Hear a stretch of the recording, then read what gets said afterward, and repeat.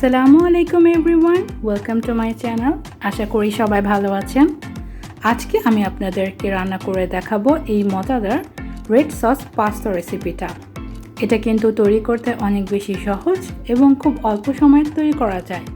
তো চলুন রেসিপিতে যাওয়া যাক। তো আমি একটা পাত্রে পরিমাণ মতো পানি নিয়েছি এবং দিয়ে দিয়েছি হাফ চা চামচ লবণ আর 1 চা চামচ তেল। দেন এটাকে আমি 7 থেকে 8 মিনিট সিদ্ধ করব। তো সিদ্ধ করার পাশাপাশি আমি এখন এই যে ইনগ্রেডিয়েন্টগুলো আপনাদেরকে দেখিয়ে দিচ্ছি। তো আমি এখানে পরিমাণ মতো তেল দিয়ে নিচ্ছি আর এটাতে আমি কুচি কুচি করে কাটা 4 কোয়া রসুন ভেজে নেব। দেন আমি এটার মধ্যে অ্যাড করব পেঁয়াজ। এখানে প্রায় হাফ কাপ পরিমাণ পেঁয়াজ আছে। দেন আমি এটার মধ্যে মরিচ দেব। তো এই তিনটাকে আমি হালকা সটে করে নেব, বেশি ব্রাউন করে ভাজার কোনো প্রয়োজন নেই। তো আমি দেন ইউজ করব এখানে টমেটো। তো আমি 2টা মিডিয়াম সাইজের টমেটো নিয়ে নিয়েছি। তো এখানে আমি দিচ্ছি পরিমাণ মতো লবণ এবং হাফ চা চামচ গোলমরিচের গুঁড়া।